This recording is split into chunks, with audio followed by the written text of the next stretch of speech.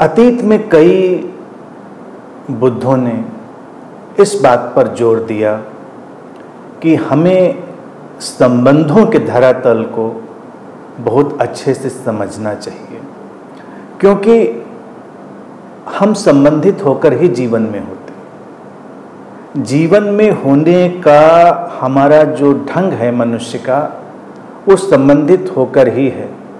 किसी न किसी रूप में हम संबंधित होंगे ही। और विकास क्रम की यात्रा में, इवोल्यूशन की जर्नी में स्त्री और पुरुष के बीच एक संबंध का आविष्कार हुआ, विवाह। विवाह एक बहुत ही महत्वपूर्ण विषय है जिसे हमें समझना चाहिए, क्योंकि उसके अच्छे और बुरे दोनों परिणाम हैं। शुरुआत हम लोग करते हैं इसको समझने के लिए विवाह का प्रादुर्भाव, उसका आविष्कार, उसकी हैपनिंग कैसे हुई मनुष्य के जीवन में, इसको एक बार देखा जाए गौर से। क्योंकि कई लोगों को लगता है कि ये कुछ दैवीय घटना है, लेकिन मनुष्य के जीवन में हर चीज विकास क्रम का हिस्सा है। ट्रायल एंड एरर, सीखते सीखते हम किसी एक विशेष जीवन शैली की तरफ पहुंचते हैं। तो हम पीछे लौटते हैं मनुष्य के बिल्कुल उस प्राचीन काल में, जब वो विकसित हो रहा है, धीरे धीरे शिकार करता है, शिकार करके अपना जीवन यापन करता है, पोषण करता है। और शिकार जब वो कर रहा है तो अभी ना उसको आग का पता है, ना उसको खेती का पता है, उसको कुछ अभी पता नहीं है मनुष्य को, वो वहां पर है। बच्चे तभी भी पैदा हो रहे हैं, स्त्री पुरुष तभी भी साथ में रह रहे हैं, सब चल रहा है।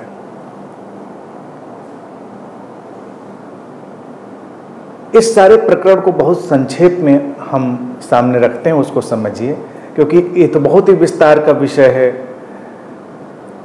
इवोल्यूशन का। अब होता क्या है कि पहले का समय जो भी है वो मात्र सत्तात्मक है, मैट्रियार्कल है। क्यों है? क्योंकि स्त्रियां बच्चों को जन्म दे रही हैं और किसी को ये पता नहीं है, उस प्राचीन काल में जाकर कल्पना करिए,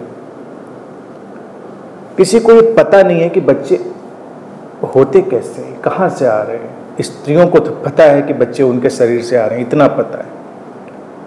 फिर अचानक संयोग से मनुष्य के जीवन में आग का आगमन होता है, फायर का। शिकार को पकाकर खाने की उसके जीवन में घटना घटती है। ये सारे प्रसंग जुड़े हुए हैं, इनको इसीलिए समझ लें, सुने, इसको रोचक बात है। और आग का आविष्कार या शिकार को पकाकर खाने का जो शोध है वो बताते हैं कैसे हुआ होगा कि कभी जंगल में मान लो आग लग गई है, सब नष्ट हो रहा है और कुछ खाने के लिए नहीं है, जानवर तो जल ही रहे हैं सब, और वहीं पर उसको कोई ऐसा प्राणी मिलता है जो आग का शिकार हो चुका है और उसको वो खाता है, उसको अच्छा लगता है। और उस पशु की, प्राणी की जो ड्यूरेबिलिटी है उस फूड की, वो भी बढ़ी हुई लगती है। तो धीरे धीरे ये आविष्कार उसके खाने में आग का आया। तो उस समय उसके लिए आग भी एक चमत्कारिक घटना थी। आग की पूजा, आग का ये सब धीरे धीरे करके आया ही जीवन में उसके। जिस दिन उसने पत्थर टकराकर आग को पैदा करना सीखा, उस दिन से वो आग के प्रति जो चमत्कारिक दृष्टिकोण था वो विदा हो गया। अब इस घटना ने उसके जीवन में जो चीज सक्रिय करी वो बड़ी महत्वपूर्ण थी। आग का आविष्कार हो गया, भोजन पकाकर खाने की व्यवस्था हो गई, और फिर पशुपालन और खेती, ये उसके जीवन में संयोग से आया। और इतिहास ये बताता है कि जब पशुपालन का ये सारा उसका आयोजन हुआ, चूँकि पशुओं को उसने बांधा, उनको केज किया और उनको ऑब्जर्व किया, देखा, तब उसको पता चला कि ये जो बच्चे पैदा होते हैं इसमें ये जो मेल और फीमेल पशु हैं उनका कुछ संयोग होना आवश्यक था। और ये भी उसके लिए अचानक मनुष्य के लिए बड़ी डिस्कवरी थी कि अच्छा, इसके साथ ही जो मातृ सत्तात्मक समाज था उसका वर्चस्व टूटने लगा। क्यों? क्योंकि अब पुरुष को ये बात पता चल गई थी कि उसके बिना बच्चे नहीं पैदा होंगे, उसका रोल है। अब जब उसको ये बात पता चल गई कि उसके बिना बच्चे पैदा नहीं होंगे, तो एक नैसर्गिक प्रवृत्ति जो मनुष्य के भीतर प्रकृति ने दी हुई है कि वो जो संग्रह कर रहा था, जो भी संग्रह था उसके संसाधनों का, उसको लगता था उसका वो भोग करे और उसके माध्यम से जो आए हैं संतानें वो भोग करें। यहीं से धीरे धीरे स्त्री और पुरुष के संबंधों का जो दायरा है वो सीमित होना शुरू हुआ। मातृसत्तात्मक वर्चस्व टूटा और कबीले और कबीलों की अराजकता से एक ऐसी व्यवस्था निर्मित होने लगी जहां पर पुरुष और स्त्री के संबंधों में एक दायरा पैदा किया गया। अब अभी ये दायरा बहुत बड़ा नहीं था, अभी ये दायरा तो व्यापक था, संबंध आते थे इसके उसके तमाम, लेकिन जो शक्तिशाली था, समर्थ था, वो अपने आसपास तमाम स्त्रियों को रोक लेता था और वो जानता था कि ये जो संतानें आ रही हैं ये हमारे माध्यम से आ रही हैं। इसी प्रक्रिया में धीरे धीरे स्त्रियों के ऊपर उनके जो सेक्सुअल रिलेशंस हैं उनका बंधन समाज में बढ़ता चला गया। क्योंकि ये निश्चित करना था उस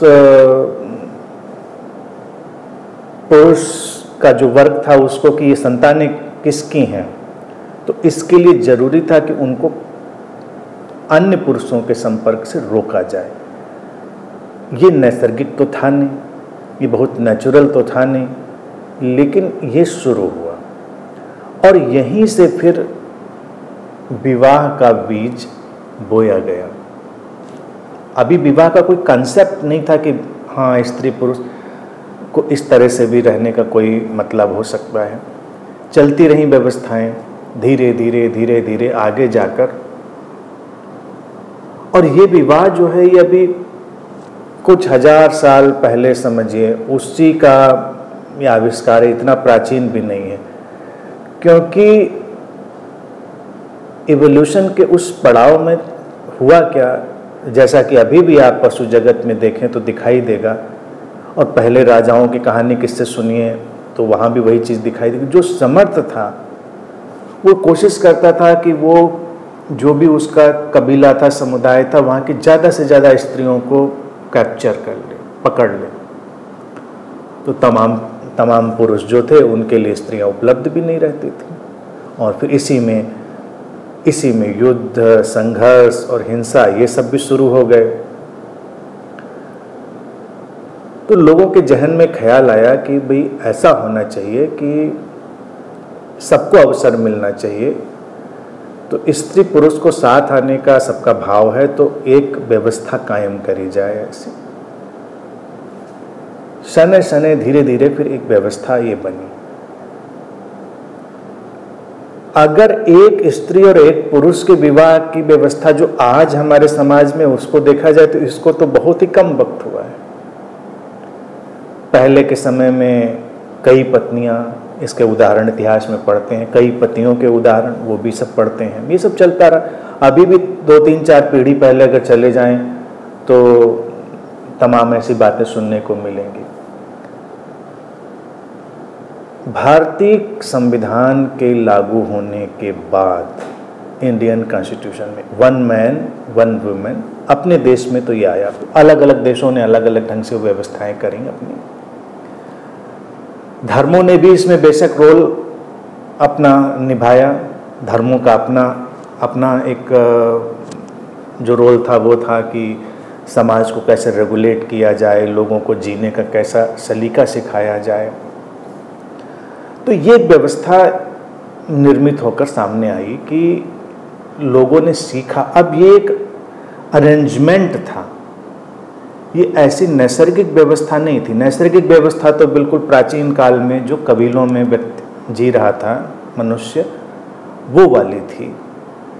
लेकिन हमने अपने आप कुछ नीति नियम बंधन पैदा किए। तो उस तरह से ये एक देखा जाए सोफिस्टिकेटेड खेल, एक गेम जो है वो पैदा किया मनुष्य ने। उसमें ही मॉरलिटी, नैतिकता, ये सब विषय भी आए। अब ये आया क्यों? क्योंकि मनुष्य के भीतर जाने अनजाने, ये भी प्रकृति का ही आयोजन है कि वो अराजक ढंग भी अपनाए, तब भी साथ में किसी के रहने का भाव उठता है। अब उस भाव को हम कौन सा रूप दें, कितना अच्छा रूप दें, ये विकसित होता है। जैसे एक और बात इसमें समझने के लिए बहुत उपयोगी रहेगी कि अतीत में जो कई चिंतक थे और ऐसे समाज निर्माता थे जिनको लगा बहुत सारे लोगों को कि कुछ हम सोचें, अलग ढंग का सोचें। कम्यून का कंसेप्ट ये भी कई जगह प्रयोग में लाया गया, खास तौर से मार्क्स के प्रभाव में, कम्युनिज्म के प्रभाव में, और वो फ्लॉप हुआ। उसका फ्लॉप होना भी, उसका असफल होना भी लाजिमी था, क्योंकि मनुष्य के जो गहरे मनोविज्ञान हैं उनके साथ उसका तारतम्य नहीं था। कम्यून के प्रयोग छुटपुट कई जगह पे हुए, लेकिन व्यापक रूप से जो प्रयोग है बहुत पुरानी बात है। बहुत समय पहले, आप इतिहास के पन्ने पलट के देखिए, हमारे देश के आज़ाद होने के पहले की भी बात है। रूस में उन्होंने, रशिया में कम्युनिज्म का प्रयोग किया, मतलब कम्यून का मतलब था स्त्री पुरुष विवाह नहीं करेंगे, साथ में रहेंगे, बच्चे जो पैदा होंगे वो कम्युनिटी की जिम्मेदारी होंगे, पूरा कम्युनिटी उनको संभालेगा, पालेगा, और कोई बंधन नहीं होगा किसी के ऊपर किसी से संबंधित होने का।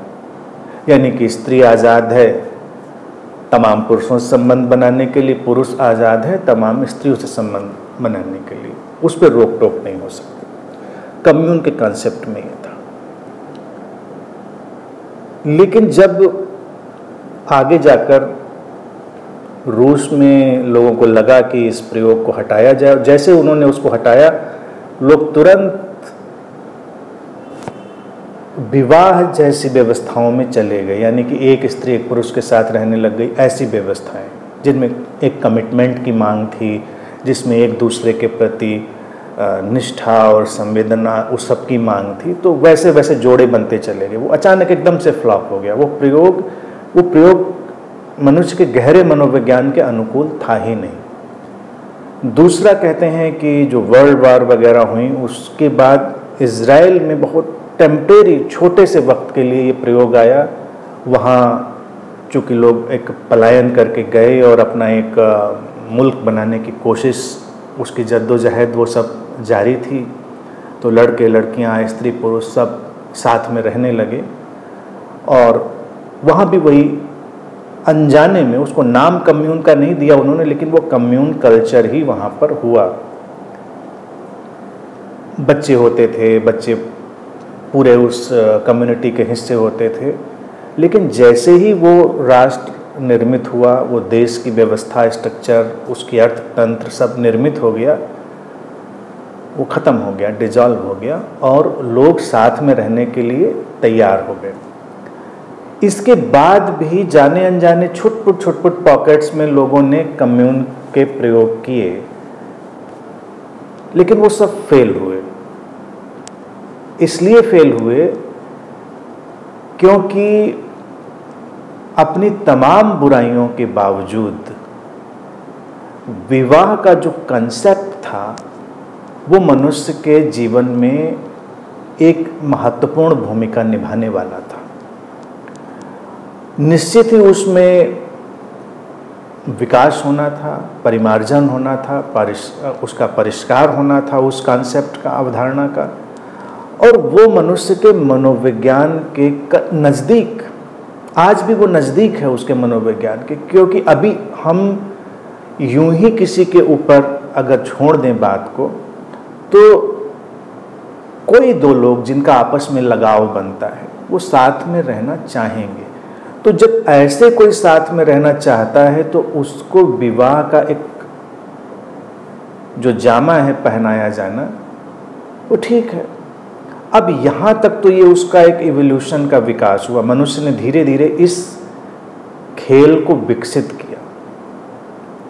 विवाह के खेल में इसलिए कह रहा हूँ क्योंकि खेल के नियम होते हैं, विवाह के भी इसलिए नियम होते हैं। आप क्रिकेट, फुटबॉल, टेनिस उनके नियम के अनुसार खेलेंगे, नियम के अनुसार नहीं खेलेंगे तो खेल बेकार हो जाएगा। तो विवाह में कोई डिवाइन अरेंजमेंट के बजाय उसको आप एक अगर खेल समझते हैं तो खेल का मतलब गैर गंभीरता नहीं होती। खेल का मतलब होता है कि हाँ, इसमें एक नियम है, हमने इसको पैदा किया है, तो उस नियम के अंतर्गत अगर चीज़ें चलेंगी तो व्यवस्था सफल होगी, और उस नियम के अंतर्गत नहीं चलेंगे तो असफल हो जाएंगे। तो इस दृष्टि से मनुष्य का एक बहुत अच्छा आविष्कार हुआ विवाह का खेल। अब इसमें कई प्रश्न ये पैदा हुए धीरे धीरे करके मनुष्य के अंदर, जो कहीं कहीं छुपे रह गए, कहीं जाहिर हुए, और आज की जनरेशन तक हम उन प्रश्नों को नहीं उठाते हैं। विवाह बना, देखिए जो हमने अभी उसके इतिहास में देखा वो ये देखा कि वो साथ में आने की जो नैसर्गिक वृत्ति थी उस कारण से विवाह बना। लेकिन जब मनुष्य तमाम तलों पर विकसित हो गया है तब उसको अपने आप से एक प्रश्न पूछना बनता था कि विवाह क्यों। अभी क्या है, अभी लोगों ने ज़्यादातर समाज में देखे और अपने देश में तो खास तौर से विवाह भी जैसे एक बिल्कुल टारगेट है। लड़का लड़की पैदा हुए तो उनका एक डिफ़ॉल्ट टारगेट बना दिया लोगों ने, कब शादी करनी, इनका विवाह करना है। वो तो अभी कबीलाई मानसिकता है, बिल्कुल आदिम वाली मानसिकता है। क्योंकि पहले उनका साथ आना इसलिए था क्योंकि उनको वंश बढ़ाना था, संतानें पैदा करनी थी। क्योंकि जितनी संख्या उतनी ताकत, उतना ही जमीन पर काम, उतनी खेती, उतना शिकार, वो सब आदिम मानसिकता थी। तो वहाँ उनके लिए अनिवार्य था कि ये हो और संतानें पैदा हों, ये अनिवार्य था। लेकिन जब हम विकास के एक अच्छे पड़ाव पर पहुँच चुके हैं तो तमाम अनिवार्यताएं नहीं रह गई हैं। अब वो हम एक अलग दिशा में विकसित होने का आयोजन कर सकते हैं, अलग दिशा में हम जा सकते हैं। मनुष्य की लग्जरी है, ये लग्जरी उस जनरेशन को उपलब्ध नहीं थी जो पहले थी। इसीलिए मुझे लगा कि इस पर एक चर्चा हो और लोग समझें इसको तो बहुत बेहतर होगा। मनोविज्ञान को समझें, इसके बहुत सारे पहलुओं को समझें। तो पहली चीज़ तो जैसे इस विषय को चुना तो मुझे लगा कि कई वो लोग जो सुन रहे होंगे जिनका विवाह नहीं, वो सोचेंगे कि मुझे क्या लेना देना है विवाह के विषय से, मेरा तो विवाह हुआ नहीं। विवाह जिनका हुआ उनको लगेगा अच्छा विषय इतना संवेदनशील और डेलिकेट है, कई लोगों को लगेगा उलझने तो बहुत हैं, गुत्थियाँ तो बहुत हैं, लेकिन अब उनको पूछें कैसे। तो मैं चाहूँगा कि आप निधड़क और निसंकोच अपनी बातें रखिएगा और अपने चिंतन से भी बातों को आने दीजिएगा। फिजिकल सिचुएशन सामने और आपके अंतर मन के जो भाव हैं उनको भी। तो मनुष्य को अब ये पूछने की आवश्यकता थी कि हम साथ में क्यों आना चाहते हैं। अब ये विकास का नया पड़ाव हुआ। इसका उत्तर मैं सीधा देना चाहूँगा कि दो लोग साथ में आना चाहते हैं, यहाँ तक कि जो हम लोग आमने सामने बैठे हैं वो भी। मनुष्य जीवन में आत्यंतिक रूप से प्रसन्न होना चाहता है, सेटल्ड, शांत होना चाहता है। तो जब हम किसी भी माध्यम से वो शांति और प्रसन्नता की तलाश करते हैं, तो विवाह का एक अलग धरातल हम तोड़ेंगे। ये कोई पूछता नहीं क्यों, क्योंकि लोग लगता है ऐसा तो होता ही है, ये तो होना ही चाहिए। सुविधा, सहूलियत, कन्वीनियंस, इन सब के कारण विवाह के जो आयोजन थे उनके अपने परिणाम, दुष्परिणाम लोगों के सामने आए। जब व्यक्ति सचेतन रूप से इस चुनाव में जाएगा तो उसके लिए अलग स्थितियां निर्मित होंगी। सचेतन चुनाव में इसलिए कह रहा हूं क्योंकि अचेतन धक्का खाकर आप जाते हैं विवाह में, तो आपको पता ही नहीं होता आप करने क्या जा रहे हैं। सब करते हैं तो हमें भी करना चाहिए। सबने किया था भाई, उन्होंने भी किया, इन्होंने भी किया, हमारे खानदान में, हमारे परिवार में सब करते रहे आसपास, तो हमें भी करना है। मैं ये नहीं करना नहीं करना चाहिए, मैं ये कह रहा हूँ पूछना चाहिए हमको क्यों, हम क्यों किसी के साथ रहना चाहते हैं, किसी के साथ होने में हमको जीवन में क्या गुणवत्ता हमारी बदलने वाली है, हमारी क्या क्वालिटी बदलने वाली है। महत्वपूर्ण विषय। इसी के बाद बच्चों वाला विषय भी आएगा, अभी उसको हम नहीं स्पर्श करते हैं क्योंकि बच्चों में भी आपको पूछना पड़ेगा क्यों आप उनको संसार में क्यों लाना चाहते हैं, उसको अभी पीछे छोड़ते हैं, अभी केवल उस विषय पर बात करते हैं। तो एक प्रश्न जब ये पूछेंगे और ये बाध्यता हटाएंगे तो लोगों के जीवन में बहुत रूपांतरण होगा। बहुत रूपांतरण इस दृष्टि से होगा क्योंकि वो सचेतन चुनाव में जाएंगे और तमाम किस्म की बुराइयां समाज से निकलेंगी। अतीत में विवाह भी जैसे कैरियर का विषय हो गया और आमतौर से गांवों में, कस्बों में या जहां भी वैसी समस्याएं हो सकती हैं आर्थिक, सामाजिक, वहां पर वो बहुतायत में है और लड़कियों की, स्त्रियों के ऊपर उसका दबाव ज़्यादा है और शिकार भी इसीलिए वही ज़्यादा होती हैं। क्यों शिकार होती हैं? क्योंकि हम एक आर्थिक सहूलियत ढूंढ रहे होते हैं, हम बिना कुछ जाने उस आर्थिक सहूलियत में चले जाते हैं। भी लगता है चलो ठीक है भाई, विवाह के सारे अगर फैक्टर्स देखें तो उसमें ढूंढते क्या है, स्टेटस होना चाहिए, पैसा होना चाहिए, ये होना चाहिए, वो होना चाहिए, ताकि ज़िंदगी बहुत अच्छे से चले। तो ये तो आप अपना इंडिपेंडेंट करियर बनाइए, मनी अर्न करिए, तो तब भी आप वही सब कर लेंगे, तब भी आप अच्छी ज़िंदगी जी लेंगे। तो अच्छी ज़िंदगी जीने के लिए, मैटेरियली अच्छी ज़िंदगी जीने के लिए किसी के साथ होने का तो कोई मतलब नहीं हुआ। साथ होने का मतलब अब थोड़ा सा सब्लिमेट होना चाहिए, यानी कि उदात्त होना चाहिए।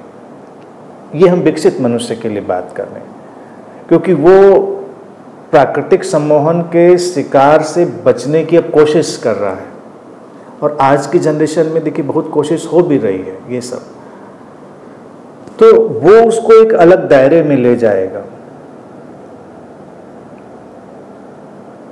मनुष्य बड़ा जटिल प्राणी है और स्त्री पुरुष संबंध की जब बात आए तो वहां बड़ी जटिलता है। अगर संबंधों की जटिलता की बात करी जाए तो जो हमारे बायोलॉजिकल रिलेशन, उनमें कोई जटिलता नहीं है।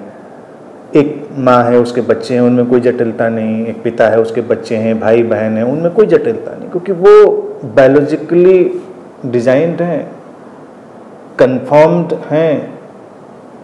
लेकिन एक स्त्री पुरुष जब किसी भी रूप में सामने आते हैं तो उसमें जटिलताएं बहुत बढ़ती हैं, क्योंकि उसकी परिभाषाएं, उसकी परिधि, उसकी पेरिफेरी, वो कुछ भी तय नहीं होती, उसको आविष्कार करेगा व्यक्ति। तो मनुष्य के प्राणों में तमाम चीज़ें सोई पड़ी थीं और उस तमाम चीज़ों में प्रेम की तलाश हम मानते हैं कि प्रेम की तलाश में, लेकिन प्रेम की तलाश में कोई जाता नहीं, क्योंकि प्रेम ही क्या है अभी वो यही नहीं जानता। प्रेम को वो एक भावुकता का रूप समझता है। भावुकता, प्रेम भावुकता नहीं है। प्रेम एक संवेदनशीलता और अपने जीवन की अर्थवत्ता, मीनिंगफुलनेस को तलाशने की बात है। हाँ, लोगों को लग सकता है कि हम इसलिए विवाह करना चाहते हैं कि वृद्धावस्था जब हमारी आएगी या उम्र बढ़ेगी तो हम साथ में होंगे, और देखा जाए ये भी एक इल्यूजन है। ये प्रकृति के उस नियम के साथ आंख मिचौली खेलना है कि हमको पता ही नहीं कौन कब रहेगा, कौन कब जाएगा, कौन बीच में छूटेगा, कौन दूर तक जाएगा, किसी को कुछ पता नहीं। तो ऐसे अनिश्चित लक्ष्य के साथ में जाना तो व्यक्ति को परेशान करता है, और जो ऐसी बातें सोच कर जाते हैं विवाह में वो लगातार कांपते रहते हैं, डरे हुए रहते हैं, क्योंकि उनको लगता है कुछ हो गया कल को तो, और कल का तो भरोसा है नहीं, कल को कुछ भी हो सकता है। संतानें भी जिनके जीवन में इसलिए आती हैं या लोग इसलिए लाते हैं कि हम जब बुढ़ापे में जाएंगे तो हमारे सहारे बनेंगे। तो आज के पीढ़ियों में देखिए, बच्चे अलग, माँ बाप अलग, कौन किसका सहारा बन रहा है पता नहीं।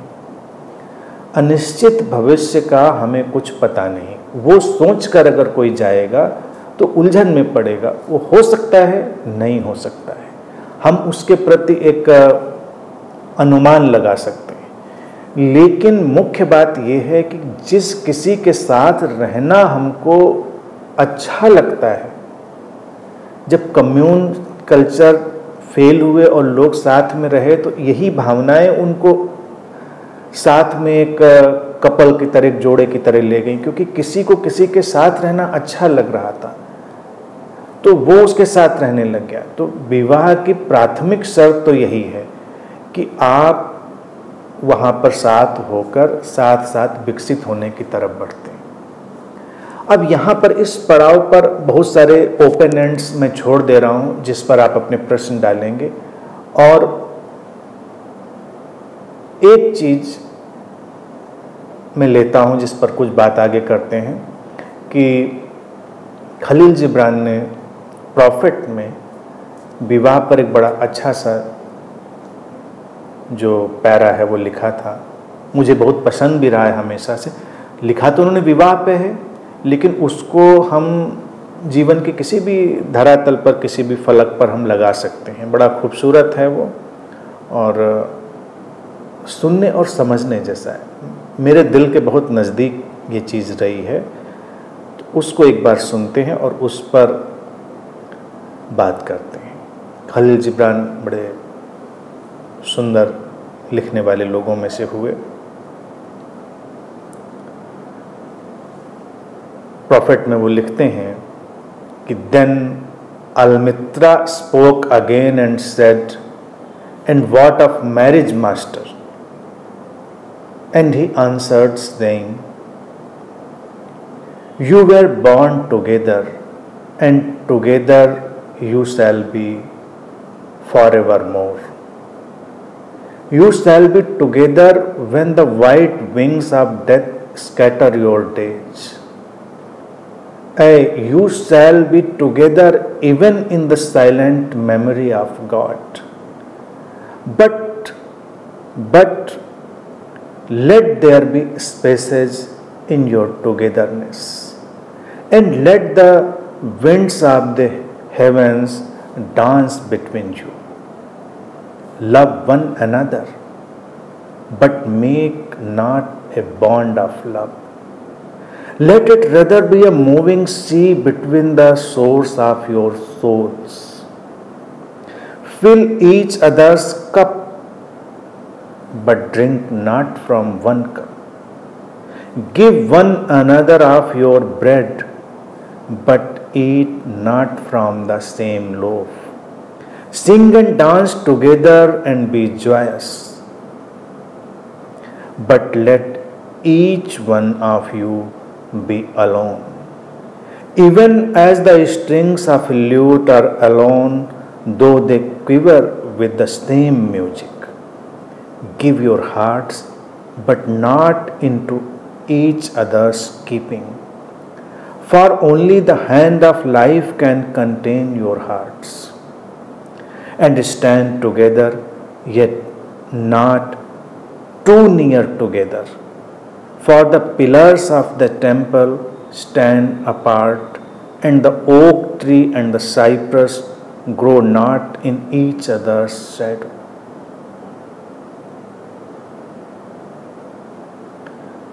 अब इसको उन मित्रों के लिए जो इसको और क्लियरली समझ लें, फिर इस पर बात करते हैं।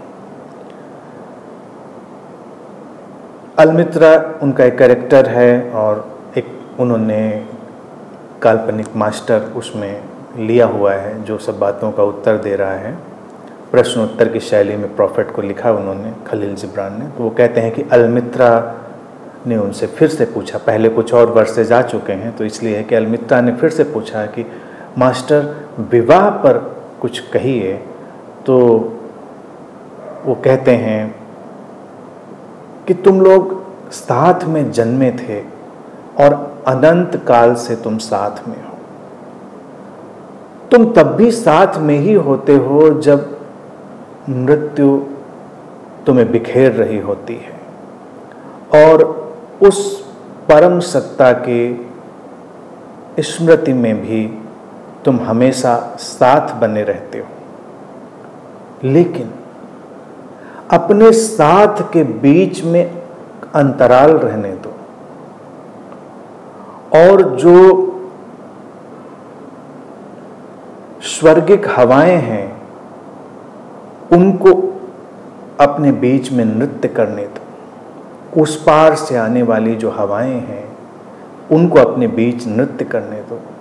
एक दूसरे से प्रेम करो, लेकिन प्रेम को कभी बंधन मत बनाओ, बल्कि प्रेम को अपने दो किनारों के बीच लहराता हुआ एक समंदर बनने दो। एक दूसरे के जीवन के प्याले को भरो, लेकिन एक ही प्याले से पीने की कोशिश मत करो। एक दूसरे के साथ अपनी रोटी बांटो, लेकिन रोटी के एक ही टुकड़े से खाने की कोशिश मत करो। नाचो, गाओ, प्रसन्न रहो, साथ में उत्सव मनाओ, लेकिन एक दूसरे के निजता का सम्मान करो। एक दूसरे को अकेले होने का अवसर दो। जैसे सितार के तार होते हैं,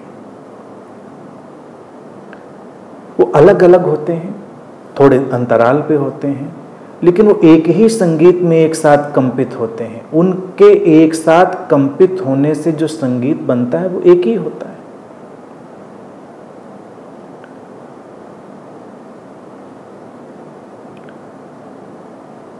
और वो कहते हैं एक दूसरे के प्रति अपने हृदय को खोल दो, अपने हृदय को समर्पित कर दो।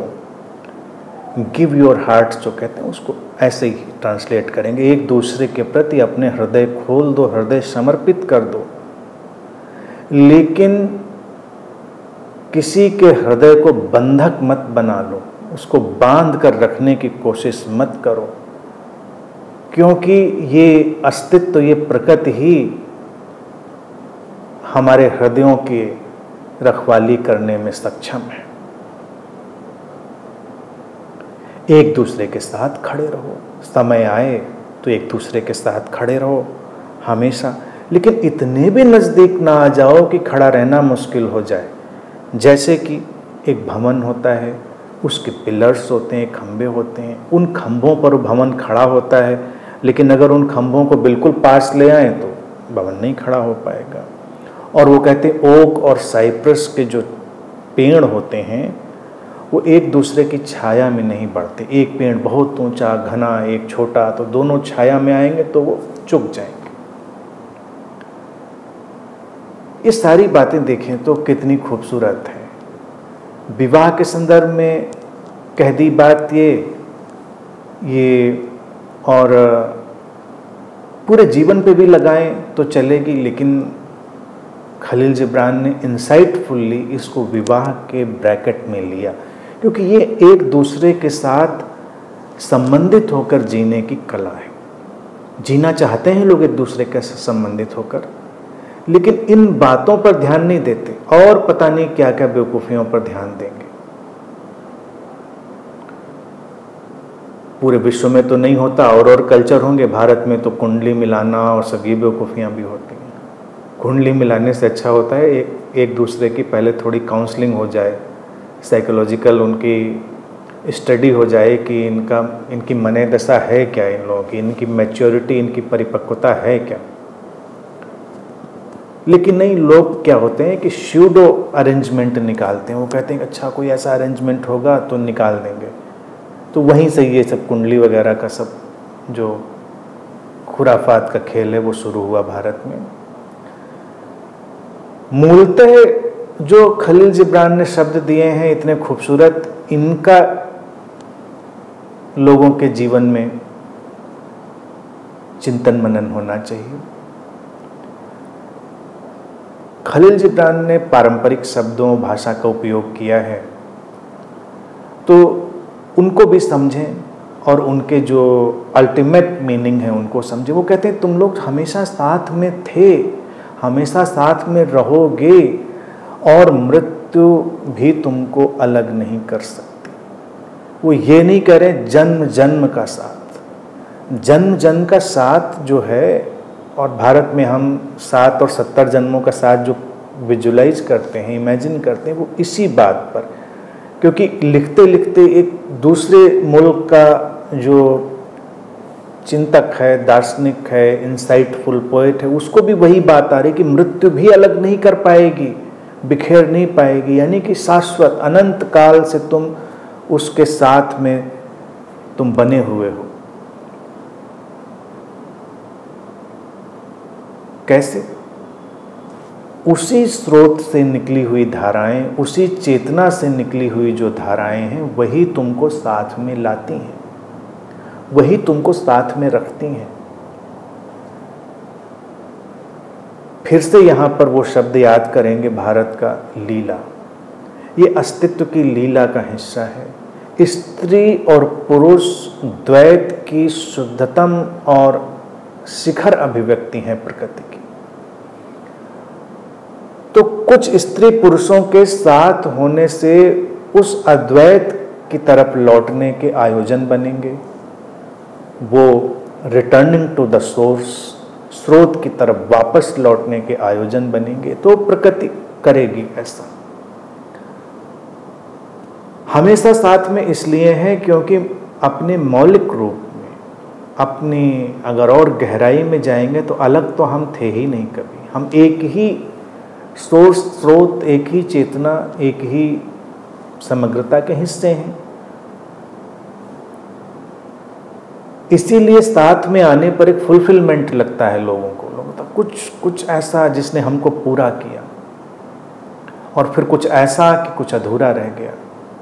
कितने भी बड़े बड़े प्रेमी हों, वो साथ मिलकर फुलफिलमेंट भी अनुभव करते हैं और अधूरापन भी अनुभव करते हैं, क्योंकि द्वैत के दो टुकड़े पास में आए तो परिपूर्ण होने का एक बादल बरसा, लेकिन अभी जब तक वो पूरी तरह स्रोत में न डूब जाएं तब तक अधूरापन भी बना रहेगा। तो खलील जिब्रान जिस बात को लेकर आए वो बड़ी सुंदर है। वो कहते हैं कि हाँ ठीक है, तो हमेशा साथ में थे, तो इसलिए वो कहते हैं निश्चिंत रहो,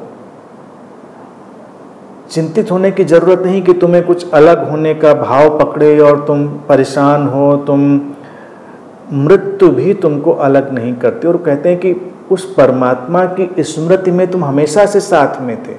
अब कोई परमात्मा कोई एंटिटी नहीं, कोई परमात्मा एंटिटी नहीं, टोटलिटी, वो समग्रता, उसकी ही वो बात करे, उसकी स्मृति यानी कि जो उसकी कलेक्टिविटी है, उसमें हर कोई तो साथ में है। उसने तुमको संभाला हुआ है, उसी ने तुमको पास में लाया हुआ है। तो अभी तो तुम आश्वस्त रहकर अपने साथ होने में आगे बढ़ सकते हो। इन बातों पर सोचना नहीं है। सोचना किस बात पर है, इसीलिए इसमें ये मेरे टीन एज में मैंने प्रॉफिट पढ़ी थी अपने किशोर वय में, और तब से मेरे दिल के बहुत नज़दीक। और ये खास तौर से ये पैरा, और भी उसमें कुछ चैप्टर्स हैं, एक वर्क का चैप्टर है, वर्क पर हमने बोला है, वो उस पर बुक भी है, और ये वाला खास तौर से ये भी बहुत पसंद रहा, क्योंकि इसमें बार बार देखोगे कि बट शब्द का उपयोग करते। ये ऐसे ही शब्द हैं जैसे कोई बुद्ध बोलेगा, यानी कि एक पोएट, एक दार्शनिक, एक फिलोसोफर के माध्यम से आए हुए, लेकिन एक बिल्कुल सचेतन शरीर मन से निकले हुए शब्द। इसलिए बार बार बट आएगा कि यहाँ तक तो ठीक हो, तो ये ठीक हो गया, तुम एक हो, तुम उस स्रोत से ही जुड़े हो, तुम अलग नहीं हो, तुम हमेशा से साथ में थे। अब इसी के बाद आ गया but let there be spaces between your together, लेकिन अपने साथ के बीच अंतराल बने रहने दो। ये जो स्पेस है साथ में होने का, वो इतना महत्वपूर्ण है, इतना महत्वपूर्ण है कि हम उसको कभी कल्पना में नहीं लाते। और विवाह की जो सबसे बड़ी दुर्घटनाएं हुई हैं मनुष्य के साथ, वो सबसे बड़ी दुर्घटनाएं यही हैं कि उसने इस स्पेस के बारे में कभी सोचा ही नहीं। उसने विवाह किया ही इसलिए क्योंकि हम स्पेस को ख़त्म करना चाहते। Let there be spaces between togetherness, space के लिए शादी कर रहे हैं। शादी तो एक दूसरे की छाती पे मूंग दलने के लिए कर रहे हैं। जब हम चैन से जिए बिना, तो शादियां लोग करते हैं चैन से जीने के लिए, उसके बाद कभी भी चैन से जीते नहीं हैं। ये एक बहुत बड़ी दुर्घटना उसकी है विवाह की, और खलील जिब्रानी यहीं पर लगी। लेकिन अपने साथ के बीच अंतराल रहने दो, साथ तो आओ, लेकिन अब वो जो स्पेस है हमारे चेतना के बीच में, वो हमको आकार देगा, वो हमको एक नई दिशा देगा। वो कहते हैं अब घर में आंगन ही ना हो तो कहाँ बादल बरसेंगे, कहाँ हवाएं जाएंगी, आपको तो दिखेगा ही नहीं कुछ आता जाता हुआ। तो इसीलिए उन्होंने एक बड़ा खूबसूरत सा शब्द यहाँ पर उपयोग किया कि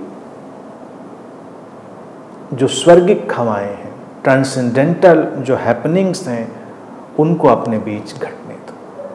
वो जो स्वर्गिक हवाएं, वो जो ट्रांसेंडेंटल हैपनिंग्स हैं, जो उस पार से परम चैतन्य से आती हुई घटनाएं हैं, वो घटेंगी तब तुम्हारे बीच जब थोड़ा सा अपने और दूसरे के बीच स्पेस पैदा करेंगे। स्पेस से क्या होगा, अंतराल से क्या होगा, जो दो लोगों की डुअलिटी है वो और शार्प होगी। जितनी डुअलिटी, उनका द्वैत शार्प होगा, उतनी ही उनके नॉन डुअलिटी, अद्वैत की तरफ बढ़ने की संभावना बढ़ जाएगी। तो विवाह का सबसे बड़ा जो उद्देश्य हो सकता है वो यही है कि हम एक दूसरे के साथ होकर उस स्रोत की तरफ लौटने की कोशिश में उसका अनुभव लेना चाहते हैं। और आप सचेतन रूप से इसको सोचेंगे तो अच्छा है, नहीं तो प्रकृति तो अपने आप, निसर्ग अपने आप को धक्का देकर ले जा रहा है। इन सारे शब्दों को आत्मसात करेंगे तो, और फिर अपने विवाह की तरफ देखेंगे, हमारे विवाह में ये सब चीज़ें हो रही हैं कि नहीं हो रही हैं। फिर वो कहते हैं कि एक दूसरे से प्रेम करो, खूब प्रेम करो, लेकिन प्रेम का बंधन मत बनाओ, बल्कि प्रेम को ऐसा रहने दो कि जैसे तुम्हारे दो लोगों के बीच लहराता हुआ एक समंदर। लेकिन आम तौर से लोग प्रेम को बंधन ही बना लेते हैं। प्रेम में एक दूसरे के गए नहीं कि एक दूसरे को बांधने लगते हैं, जकड़ने लगते हैं, एक दूसरे की निजता को ख़त्म करने लगते हैं, समाप्त करने लगते हैं।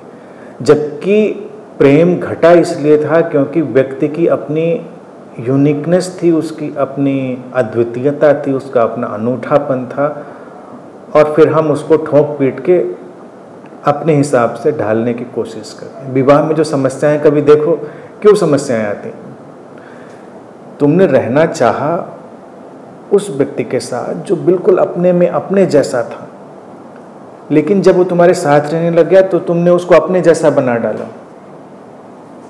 फिर मज़ा चला गया, सारा चार्म खत्म हो गया। वो जो दो किनारों के बीच लहराता हुआ समंदर, यानी कि वो जो असीमता, वो होनी चाहिए हमारे बीच एक असीमता है।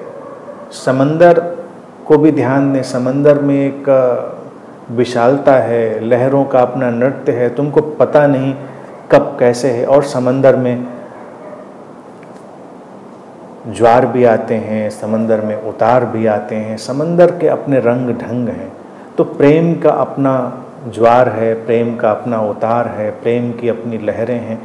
लेकिन जैसे समंदर की लहरों को कोई गठरी में नहीं बांध सकता, जैसे समंदर की जो ये बेचैनी है उसको कोई अपने मुट्ठी में नहीं कैद कर सकता, ऐसे ही प्रेम को भी हम गठरी में थोड़े ही बांध सकते हैं। प्रेम अज्ञात, असीम, अनंत ही बना रहेगा। तो वो कहते एक दूसरे से प्रेम करो। प्रेम करो का अर्थ है कि एक दूसरे की उस अननोन डायमेंशन की जो सिचुएशन है, स्थिति है, उससे जुड़ो। एक दूसरे के भीतर जो असीमता है, जो संभावना है, उससे जुड़ो, तब वो समंदर लहराएगा। उसको बांधो नहीं। विवाह के बाद देखिए लोगों के रिएक्शन क्या होते हैं। अक्सर पति पत्नियों को मैं भी वॉच करता हूँ, तो उनको सब पता है एक दूसरे के बारे में। सब पता है, ये यही करेगा, ये यही करेगी, ये इसको ऐसा ही हो। और इतना नोन बन गया है हमारा सारा सेटअप कि कुछ उसमें अननोन है ही नहीं। और नोन इसलिए बन गया है क्योंकि हम इतने पेरिफेरी पे, इतनी सतह पे जीने लगे हैं। वो समंदर लहराया ही नहीं कभी प्रेम का, कि हमको पता चले कि भाई कुछ अनजाना भी कभी कभी हो सकता है हमारे बीच में। सब जे कृष्णमूर्ति ने जब ये शब्द भी क्वाइन किया था, फ्रीडम फ्रॉम द नोन, तो उसके पीछे आशय उन्होंने जैसे भी उसको समझाया, उन्होंने अपने ढंग से समझाया। उनका आशय भी यही था कि जितना हम ज्ञात बना लेते हैं जीवन का, उतना ही जीवन की विशालता से हम चूक जाते हैं। तो अगर हमको जीवन की उस विराटता में उतरना है, तो जीवन के इस ज्ञात पहलू से हटना चाहिए और स्वागत करना चाहिए उस अज्ञात, उस अज्ञेय का, उस अननोन और अननोएबल का भी हमको वेलकम करना चाहिए। तो इस दृष्टि से प्रेम को बंधन हमको नहीं बनाना, एक दूसरे को बिल्कुल मुट्ठी में बंद करके नहीं रखना है। और विवाह की सारी समस्या ये है कि पति अपनी पत्नी को मुट्ठी में बंद करना चाहता है, पत्नी पति को मुट्ठी में बंद करना चाहती है। और उसके बाद वो सोचते हैं कि इस मुट्ठी में बंद जो आइडेंटिटी है, इसके अंदर से हम कोई समंदर निकाल लेंगे। वो नहीं निकलता है तो फिर लड़ाई झगड़े शुरू होते हैं। और आगे वो कहते हैं कि एक दूसरे के जीवन के प्याले को भरो, लेकिन एक ही प्याले से मत पियो। सोचने की बात। वो कहते हैं एक दूसरे से अपनी रोटी बांटो, लेकिन एक ही टुकड़े से मत खाओ। लेकिन जो नए नए प्रेमी हैं उनको लगेगा नहीं नहीं, ये तो बात कुछ जम नहीं रही, अच्छा लग रहा है, एक ही कप में स्ट्रा डाल के पियेंगे तो क्या प्रॉब्लम है भाई। एक कप में कुछ डाला हमने, एक ही, बल्कि 2 स्ट्रा के एक ही स्ट्रा से पी सकते हैं। कई प्रेमियों को तो मैंने ये भी पढ़ा है, वो एक ही टूथब्रश से अपना काम निकाल लेते हैं। सुन के अजीब लगेगा, हाइजेनिक नहीं लगेगा, लेकिन हाँ सुना। तो ये जो उपमा है वो कहते हैं कि जीवन के एक दूसरे के प्याले को भरो, लेकिन एक ही प्याले से पीने की कोशिश मत करो। तो कहने का तात्पर्य ये है कि हम एक दूसरे के जीवन को परिपूर्णता देते हैं, एक दूसरे के जीवन में भराव लाते हैं, लेकिन उसको एक ही तरह से नहीं देखते। जो तुम्हारे सामने स्त्री है उसके जीवन का भराव अपने जैसा होगा, और जो पुरुष है उसके जीवन का भराव अपने जैसा होगा। उसके प्याले का जो स्ट्रक्चर होगा, उसके प्याले की जो क्वालिटी होगी, जो गुणवत्ता होगी, वो उसमें प्रतिबिंबित होगी, वो रिफ्लेक्ट होगी। एक ही प्याले से पीने की कोशिश में क्या होता है कि हम सब एक रंग बना देना चाहते हैं, एक ही जैसा, और उसी कोशिश में हम जीवन की उस जो रहस्यमयता है उससे चूक जाते हैं, क्योंकि ऐसा हो नहीं सकता। ऐसा होने का मतलब हमने सब कुछ कृत्रिम बना दिया, हमने सब कुछ बिल्कुल आर्टिफिशियल कर दिया है। आर्टिफिशियल चीज़ें ही बिल्कुल हमारी पकड़ में हो सकती हैं, अन्यथा जब तुम किसी के प्रेम में हुए, किसी के साथ हुए, तुम्हारे होने से किसी के जीवन के प्याले में अपने किस्म का भराव आया, तो उसके जीवन में अपनी किस्म की समृद्धि आई, और तुम्हारे जीवन के प्याले में भराव आया तो अपनी किस्म की समृद्धि आई। अब ये अलग अलग किस्म की समृद्धियाँ, अलग अलग किस्म के विकास, अलग अलग किस्म की निजताएं, इनका स्वागत और स्वीकार ये अति आवश्यक है।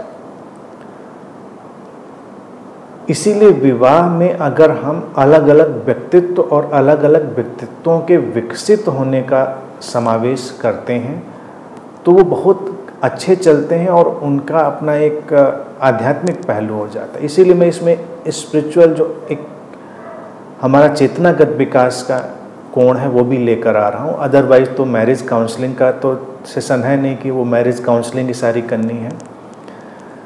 वो समस्याएं अपनी जगह पर हैं और वो कहते हैं एक दूसरे के साथ अपनी रोटी बांटो, लेकिन एक ही टुकड़े से खाने की कोशिश मत करो। रोटी बांटो का अर्थ है समृद्धि बांटो, धन बांटो, जीवन की जो हमने सुविधाएं सहूलियतें इकट्ठी करी हैं वो बांटो। एक ही रोटी से खाओ नहीं, लेकिन लोगों को उन सुविधाओं सहूलियतों को अपने ढंग से एंजॉय भी करने दो। एक ही रोटी से खाने में कितनी झंझट है, कभी देखो।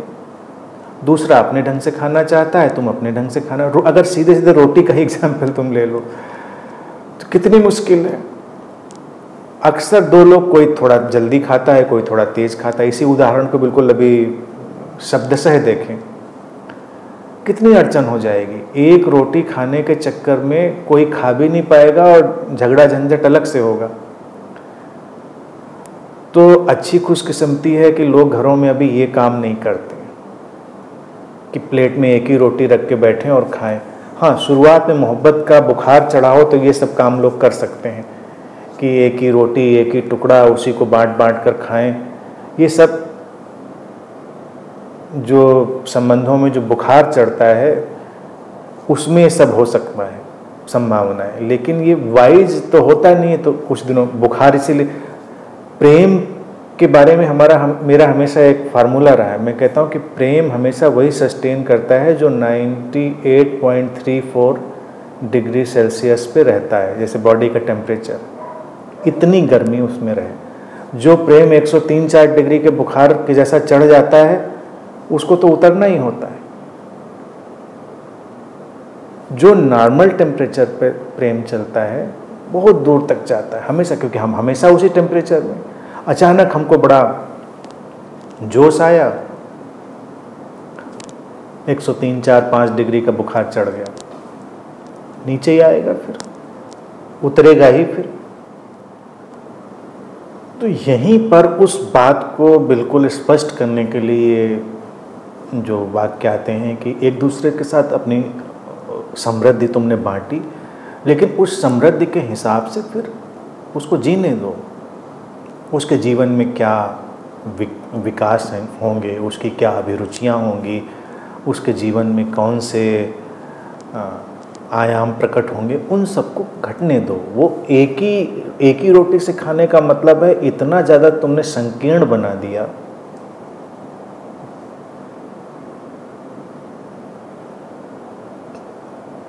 इतना ज़्यादा संकुचित बना दिया कि समृद्धि तो है लेकिन उस समृद्धि का कोई मायने नहीं है। कितने घरों में देखिए लोग विवाह में हैं, रोटी बांटी जा चुकी है, गाड़ी अवेलेबल है, धन अवेलेबल है, सब सुविधाएं अवेलेबल है, लेकिन तुम अपने मन का कुछ कर नहीं सकते। हर चीज़ की रिपोर्टिंग भी करनी है, बताना भी है। करना वही है जो वो व्यक्ति जो उस विवाह में ज़्यादा पावरफुल है। वो स्त्री भी हो सकती है, वो पुरुष भी हो सकता है। अभी पुरुष ज़्यादा होते हैं क्योंकि धन और सत्ता उनके हाथ में ज़्यादा है, लेकिन स्त्रियां भी पीछे कम नहीं है। वो भी, इस मामले में कोई जेंडर डिस्क्रिमिनेशन नहीं है, जिसको मौका मिलता है वो उतना ही एक दूसरे को सता लेता है। धर्मों का आविष्कार भी विवाह की असफलताओं पर बहुत खड़ा हुआ है, इसको ध्यान में रखिए। कई बार अगर निगाह दौड़ाएंगे कि धर्म एक तो विकसित हुए कि लोगों के जीवन को सपोर्ट किया जाए, और दूसरे धर्म इसलिए ज़्यादा पनप गए क्योंकि लोगों के विवाह और विवाह की जो गुणवत्ताएं थीं वो असफल थीं।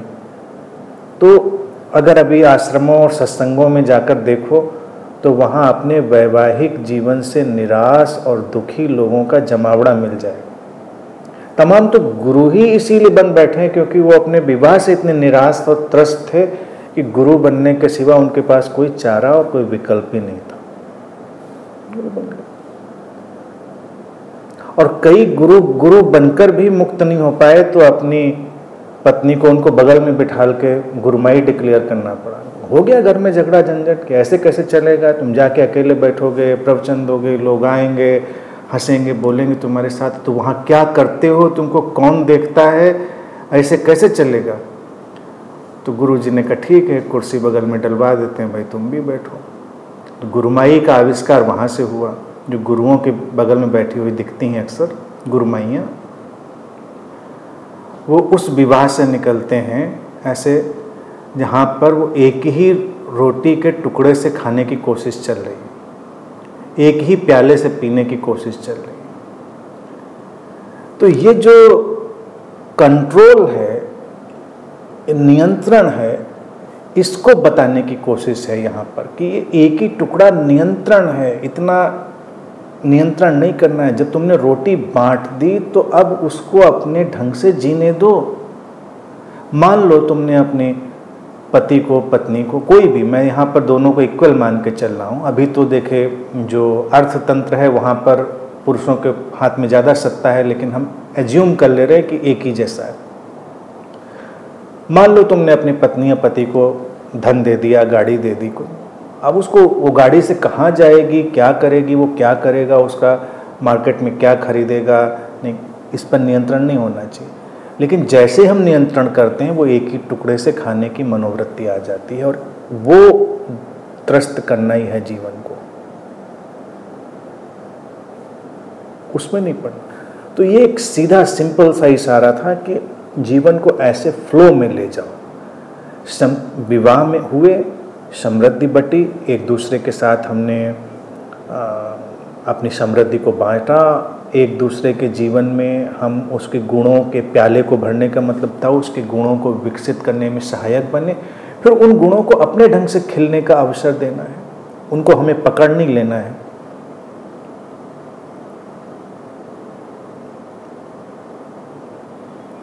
और आगे कहते हैं कि साथ में रहो, नाचो, गाओ, उत्सव मनाओ, और लेकिन एक दूसरे को अकेले होने का मौका भी दो। जैसे कि सितार के तार अकेले होते हैं और साथ में होते हैं और साथ में झंकृत होते हैं तो उनसे संगीत आता है।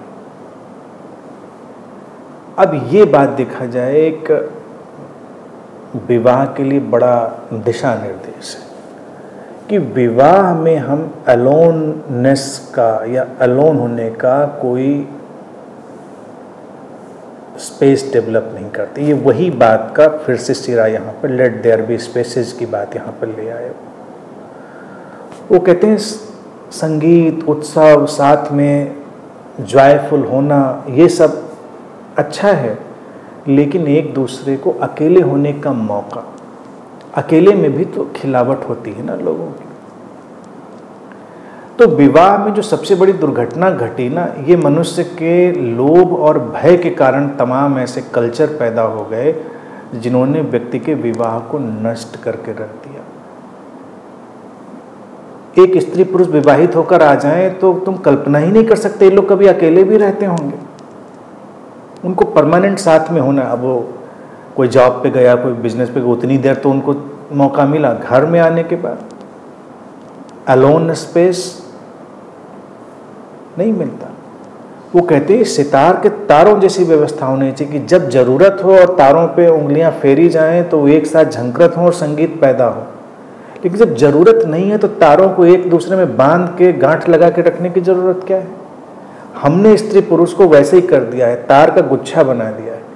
अब सोचते हैं कि अब इससे हम संगीत भी निकालें।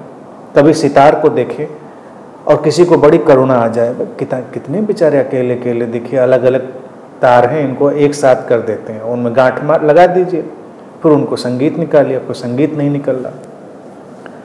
तो घरों में भय और लोभ के चलते हुए विवाह में बहुत सारे अरेंजमेंट व्यक्ति ने ऐसे कर लिए जो घातक थे। लगातार साथ सोने का आयोजन वो भी घातक था। यहां तक कि कभी कभी मैं देखता हूं तो मुझे देखकर हैरानी होती है, बेचैनी भी होती है, कैसे लोग मतलब इसको मैनेज करते होंगे। अगर पति पत्नी है तो उनको ओढ़ने की रजाई चादर भी एक ही होनी है, वो एक ही टुकड़ा हो गया, वो रोटी वाला और एक ही प्याला। वो बेचारा अपनी अपनी चादर भी नहीं ओढ़ सकता। वो एक ही चादर, एक ही बिस्तर, एक ही छत, वो अलोननेस, वो स्पेस तो कभी मिलता ही नहीं। व्यक्ति उसमें इतना बेचैन होता है और बाद में फिर झगड़े झंझट सब इससे शुरू होते हैं। सितार के तार की तरह भी हो सकते हैं, साथ में रहने का मन हो सकता है। तो घरों में मुझे लगता है जो लोग अफोर्ड कर सकते हैं उनको दोनों किस्म के अरेंजमेंट होने चाहिए कि साथ में रह सकें, साथ में सो सकें, ऐसा भी अरेंजमेंट होना चाहिए, और साथ में ना रहें ऐसा भी। ज़्यादातर अरेंजमेंट तो यही होना चाहिए, वो तुम्हारा कमरा ये मेरा कमरा, वो तुम्हारा बाथरूम ये मेरा बाथरूम। हमेशा एक दूसरे के साथ इस तरह से रहने का कोई मतलब तो है नहीं। कोई अलोननेस भी तो होनी ज़रूरी होती है। वहाँ से भी तो व्यक्ति को चैन से सांस लेने का मौका मिलता है, अपनी तरह से जीने का मौका मिलता है। ये जो प्रयोग है जिसको इधर लोगों ने डाला कुछ समय से, पहले ज़रूरी नहीं ऐसा रहा हो, ये प्रयोग भी अब मैं समझता हूँ व्यर्थ हो चुका है। तो एडवांस प्रयोग विवाह में यही होगा कि आप साथ में रहिए एक घर में। जैसे एक प्याले भरने की बात हुई, जैसे सितार के तार की बात हुई, साथ में रहिए, लेकिन इतना भी साथ में मत रहिए कि एक दूसरे को सांस लेना मुश्किल हो जाए। थोड़ा अलोननेस, खुश हुए, अच्छा लगा, फिर अपना अपना काम करिए, थोड़ा अलग रहिए। उसमें विकसित होने का भी अच्छा मौका मिलेगा और जीवन को अच्छे से जीने का अवसर भी ज़्यादा मिलेगा। और वो कहते हैं कि एक दूसरे को अपना हृदय समर्पित करो, लेकिन उसको बंधक मत बना लो, क्योंकि ये अस्तित्व ही हृदय को संरक्षण देने वाला है, उसी को उसकी रखवाली करने वाला है। वो कहते हैं साथ में खड़े रहो, लेकिन इतने भी नज़दीक नहीं कि गिर पड़ो। और उसमें वो भवन का उदाहरण देते हैं और साइप्रस और ओक का उदाहरण देते हैं। तो ये अंतिम बात है उनके इस चैप्टर की, लेकिन बड़ी खूबसूरत है। साथ में खड़े होना जरूरी है और एक दूसरे के प्रति अपने हृदय को खोलना और समर्पित करना भी जरूरी है, लेकिन हृदय का बंधक मत बनो। हृदय का बंधक तो बंधक आजकल तो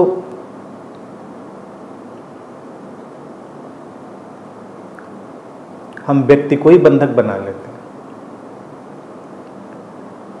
पति पत्नी हैं तो दोनों को एक दूसरे का ईमेल का पासवर्ड, उनके जो भी अकाउंट्स वगैरह सबका पासवर्ड उनको चाहिए। मोबाइल भी बेचारे अपना अलग नहीं चला सकते, मोबाइल का पासवर्ड पता होना चाहिए।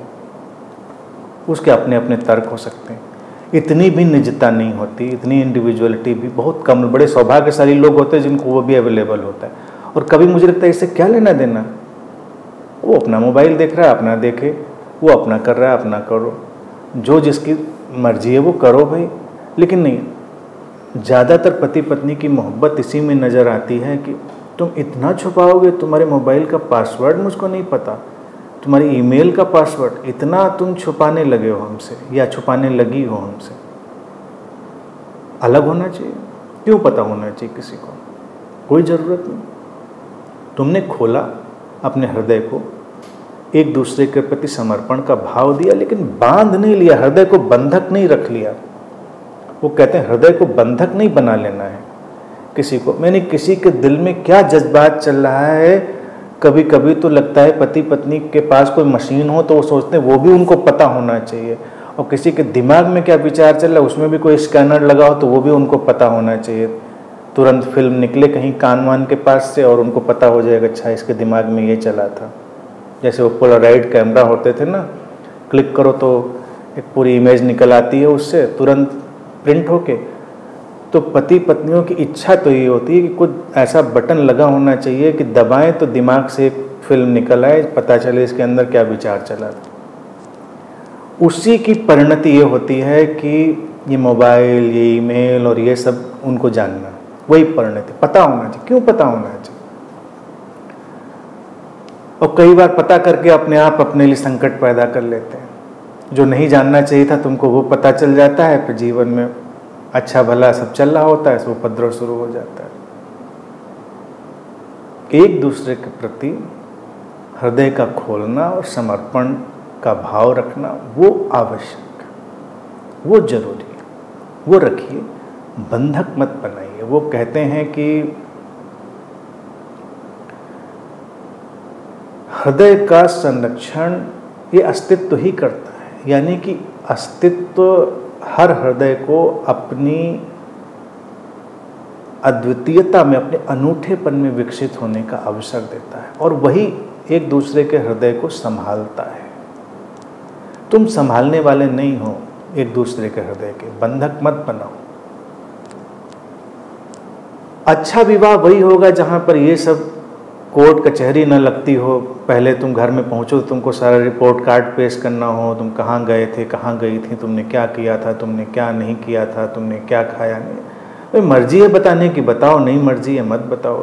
कोई मतलब ये तो बंधक रखने वाली बात हो गई, वो नहीं करना है। और वो कहते हैं कि पास में खड़े रहो भाई, एक दूसरे के साथ खड़े रहो, लेकिन इतने भी पास में मत खड़े हो जाओ, इतना भी नज़दीक मत आ जाओ कि गिर पड़ो। जैसे कि एक भवन को उसके पिलर्स संभालते हैं, लेकिन अगर सारे पिलर्स को एक ही साथ कर दें तो छत गिर जाएगी।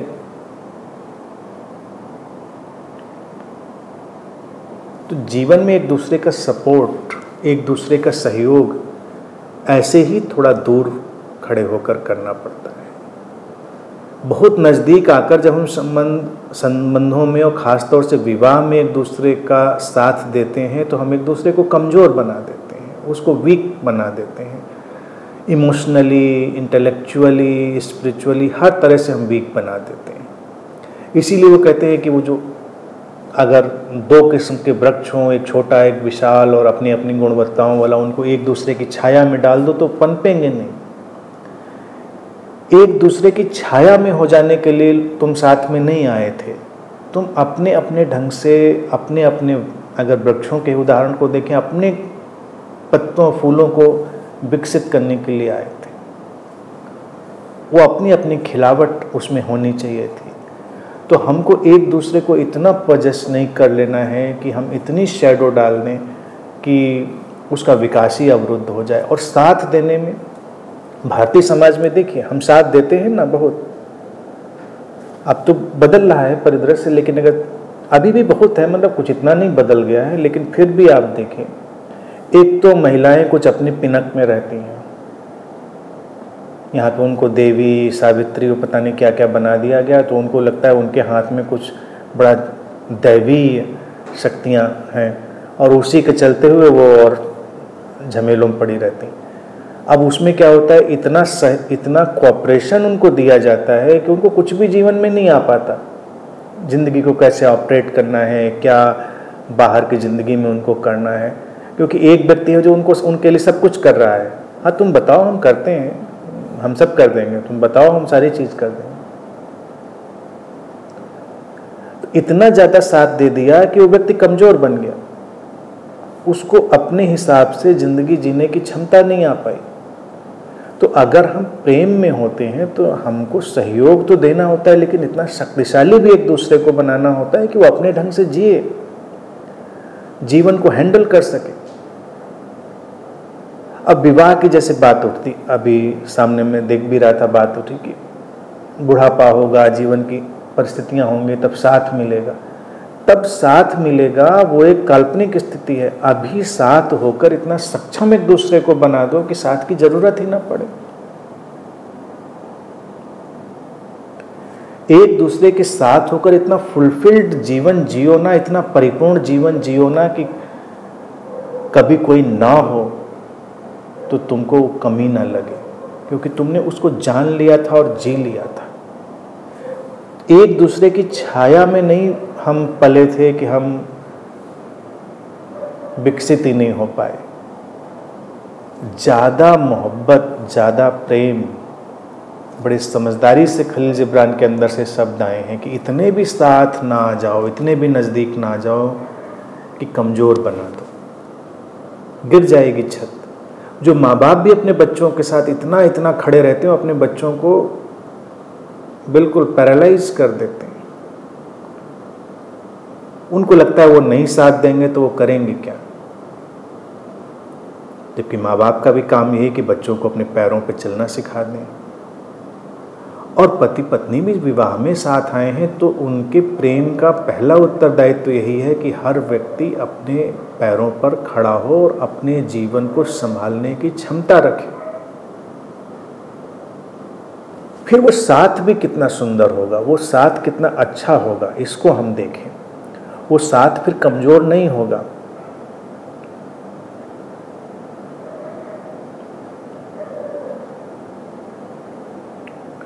तो ये पूरे जो खलील जिब्रान के शब्द आए हैं ये अपने आप में बड़े अद्भुत हैं। और एक विवाह के संबंध को समझने के लिए हमको इन सारे संबंधों, इन सारी बातों को अपने सामने रखना चाहिए। क्या हम ऐसा कर रहे हैं? क्या हम स्पेसेस पैदा कर रहे हैं? क्या हम टुगेदरनेस और स्पेस दोनों पैदा कर रहे हैं? क्या हम एक दूसरे को समृद्ध करने का काम कर रहे हैं?